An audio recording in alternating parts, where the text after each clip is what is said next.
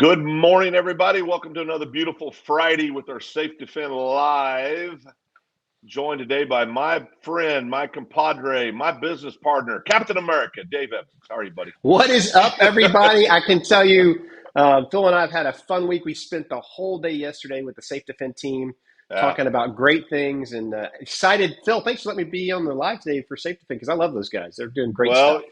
we've been practicing long enough. We thought it was time to bring the pro in. So, let us get caught up. But no, today's point, we had some great time this week with Jeff Green, founder of SafeDefend, and his team, and had some visitors in. It's another client of ours that's doing some great work as well, and they're looking at some collaboration and stuff. And so just some really cool things going on. But, we continue, obviously, with the tragedy that started over a week ago and has continued on. And, what's good about when you get face-to-face with experts in a very unfortunate industry. I mean, nobody in the world wishes Jeff Green's business didn't need to exist more than Jeff Green. That's a fact. I mean, it's just, we wish this wasn't a real thing, but it is. But one of the great things about being around these experts is that you really get to hear, there's people out there that have perceived solutions, and to be quite honest, on the surface, those solutions do make sense. I mean, in the emotion of the moment, right? Where you're saying, well, yeah, that makes sense. And I'll throw the obvious one out there, arming teachers. Everybody says, well, we just need to arm our teachers. Well, and Dave, you know this, that's always been before knowing SafeDefend, that was why, well, good guy with guns, better than a bad guy with gun. I mean, at least you've got somebody, and it does not work for many reasons. The biggest reason is we've talked about this, being operators ourselves in the military and, training all the time for combat situations. Let's be clear. That's what those things are. It's no longer really a police action. It's a combat situation. Yep. I mean, you are engaging in life and death situations with bad people. And so you're not, this is something that police officers do not train for every day.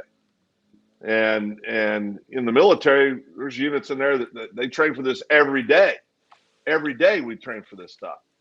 And even then, it's still very, very difficult to operate effectively and efficiently in that environment because of just the situation. But there's the perceived solutions and then there's reality, right? And we made a kind of a conscious decision when the horrific event occurred in Uvalde that we were going to quit sugarcoating things. We're going to quit, because we're all pretty, Jeff and all, we're pretty nice people. We're not looking to offend anybody. We're just trying to help. And bottom line is this: we're going to have to start offending people, and to get where we need to be, in my opinion. And I think that one of the things we've got to do, and that's why we decided to have this conversation today, is talk about the perceived solutions that work, what many people think will work, and then reality. Well, so you stepped into a great thing. So when we talk about perceived security and actual security, let's be frank, right? And there is a company out there that trains people to throw cans and books at the intruder with a gun. Yep. Interesting tactic. Yep. Not very effective with somebody that wants to shoot somebody. Yeah. Okay. As shown in Tulsa, where a Army veteran this week held the door trying to prevent the shooter from getting in the room in a hospital in Tulsa, and now is dead. He did everything he could. He was a trained first sergeant in the Army, knew what he was doing. Right? Sergeant first class. He saved lives, right? Yeah. But that's the risk. We're talking about a school with children that have no training and no experience. And if you want to give them books to throw at people and stuff, let's rethink that philosophy and give them real security solutions for teachers and an executable plan so they can be successful. Well, and I think what makes this such a difficult problem, besides all the obvious stuff, is that you've got to also try to create solutions that'll work within the framework of education. Yep. And within the framework of politics, to be quite honest.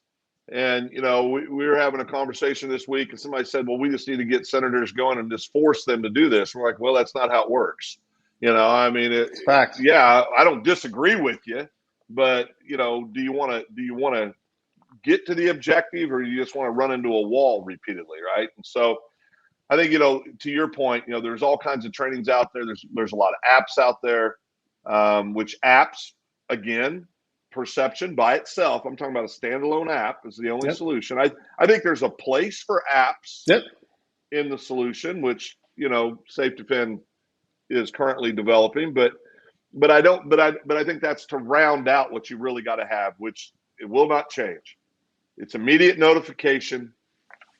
It's having tools and resources in the good guys' hands that are less than lethal to make them as safe as possible. It's common sense, and most importantly, Dave, it's training.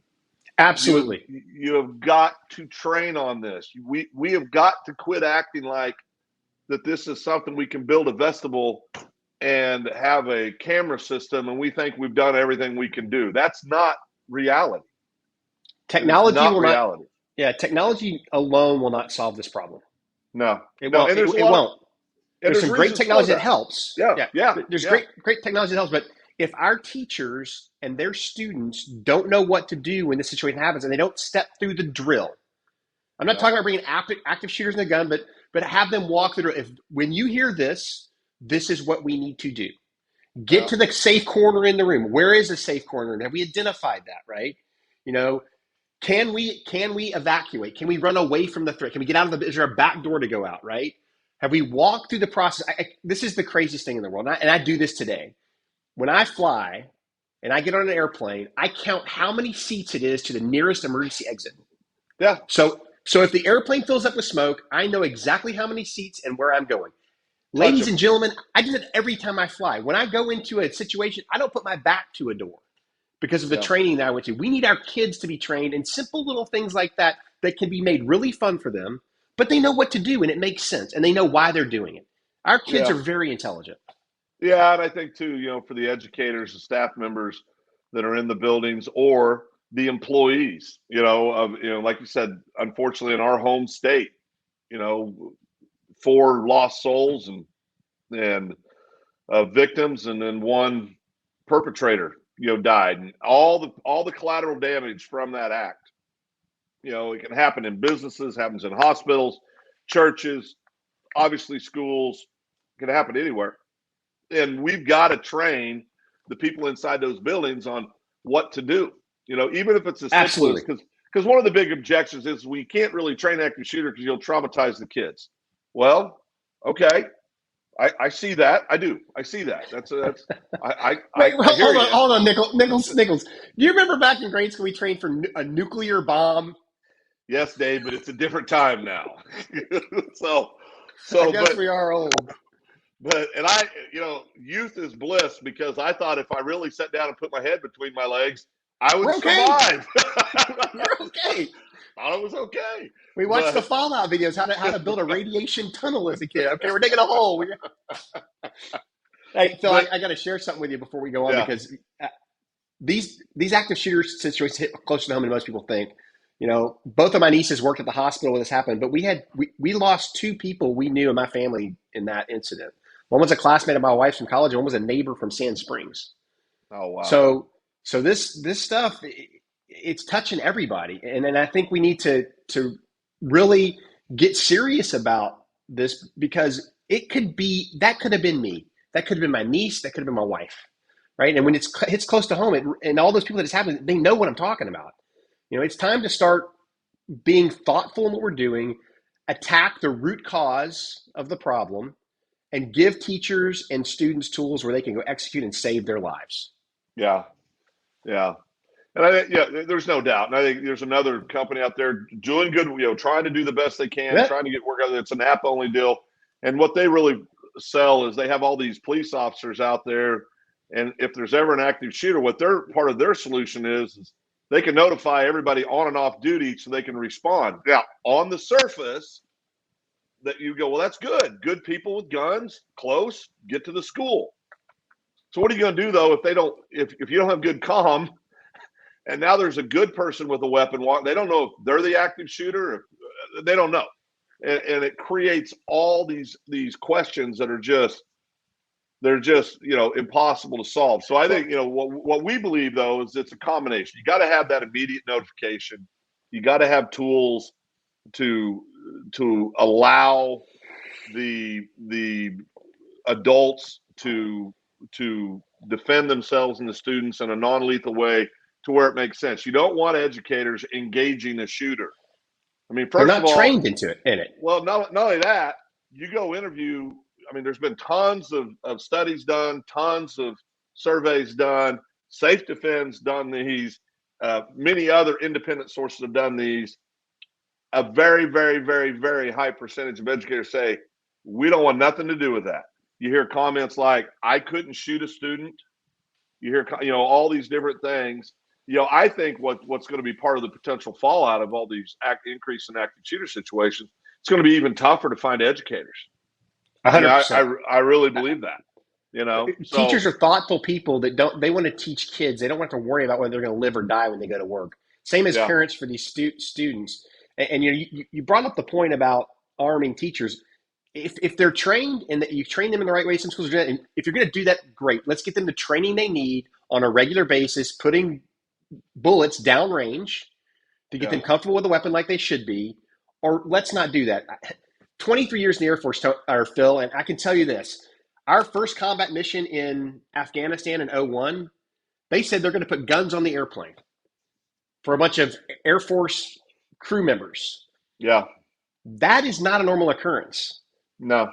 So they realized that, and the CADM guys said we're going to put a box of guns on the plane, and you will have the key as the aircraft commander, and if you crash, you'll be able to defend yourself. These are airmen that are trained a little bit, right?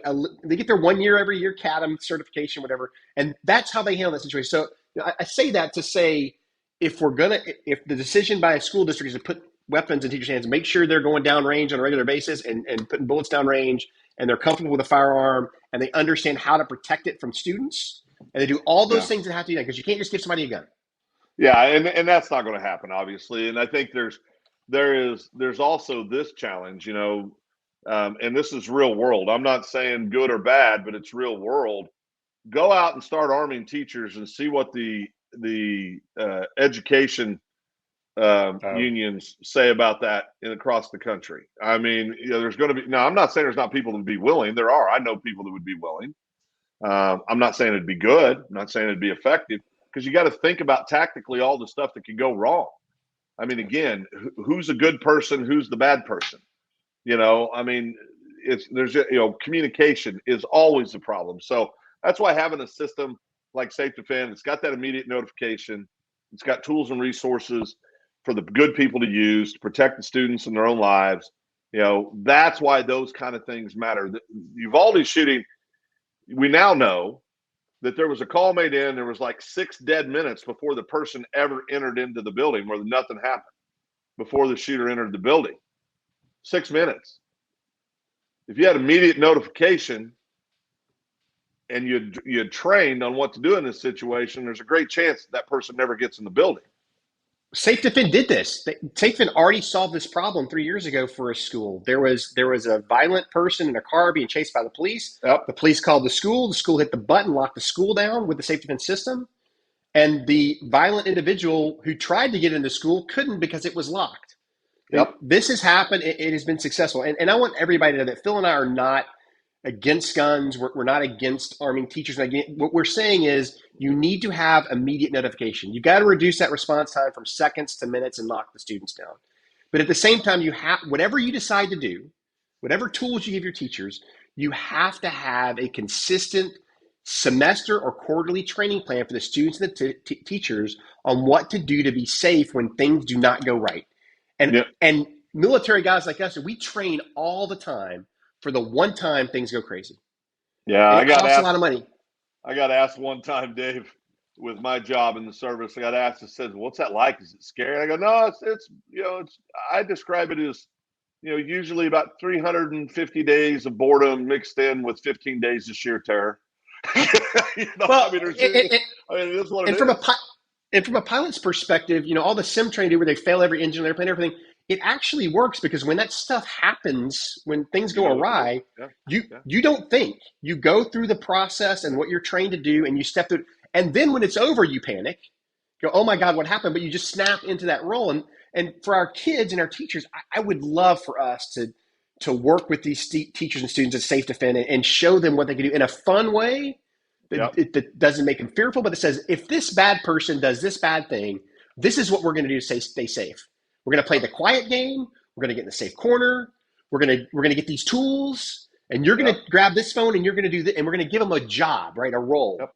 each student, and we're going to make it fun for them. And then that way, when it happens to second, third, and fourth graders, they go do exactly what they do. They're not panicking. The teacher knows what to do. Everybody's prepared. And when it's over, the emotion hits.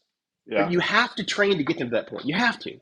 Yeah, and there's all types of trainings. We always talk about the obvious, in the worst case scenario, because we've got to train for those things. We got to, and when I say train, we're not trying to turn kids and teachers into soldiers. What we're talking about is, what are the steps you're going to take if, God forbid, something like this happens? Like Dave said, if you're in your homeroom, what's the safest corner of that room to be in, right? Teach them what corner to go into.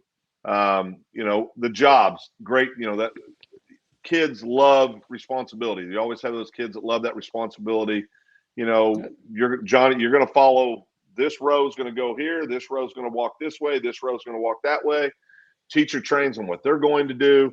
Those are the types of things we're talking about, but it goes beyond that. It goes beyond, we've talked about in weeks past, unfortunate situations with customers of ours. Well, it hasn't been implemented yet.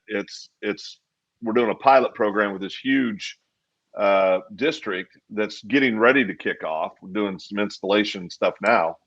But while this conversation is going on with the SafeDefend team, they unfortunately had a teacher that was assaulted, basically was assaulted physically and sexually assaulted and left for dead. And that's really when we all started talking about, okay, what if we had an app that in that situation where, because teachers work with students after school. I mean, that's been going on since school was been around, where you could pick up your phone and hit a button that would allow you to notify somebody to get help to the room if something didn't feel right or something, things just weren't going the right way.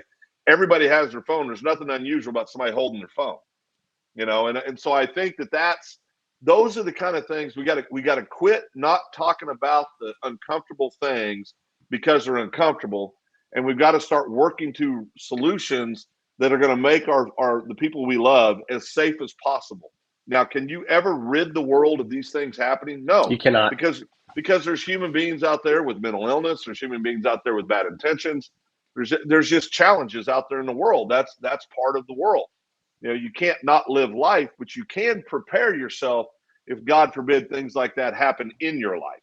And I think that's what we've got to really focus on, is that great training and dealing with stuff that works. Don't do stuff. I mean, there's apps out there that are in schools right now. I promise you, teachers are listening. So some of them are rolling their eyes when they hear the word app only, because they hate them. Again, this isn't our opinion. These are studies done, surveys done. I mean, it's just you've got to have the right tools and resources. So I'm going to give you the last word, Dave. Well, and you made a very good point about applications. I think technology without an executable plan and real-time notifications and training, it will never work, right? You can have the best technology in the world, and if you don't exercise it, it's not going to work. You can have the best equipment in your room in the world, and if you don't exercise it, it's not going to work. You can have the best ideas on how to keep your team safe, and if you don't exercise them, they're not going to work. So I just leave it with this.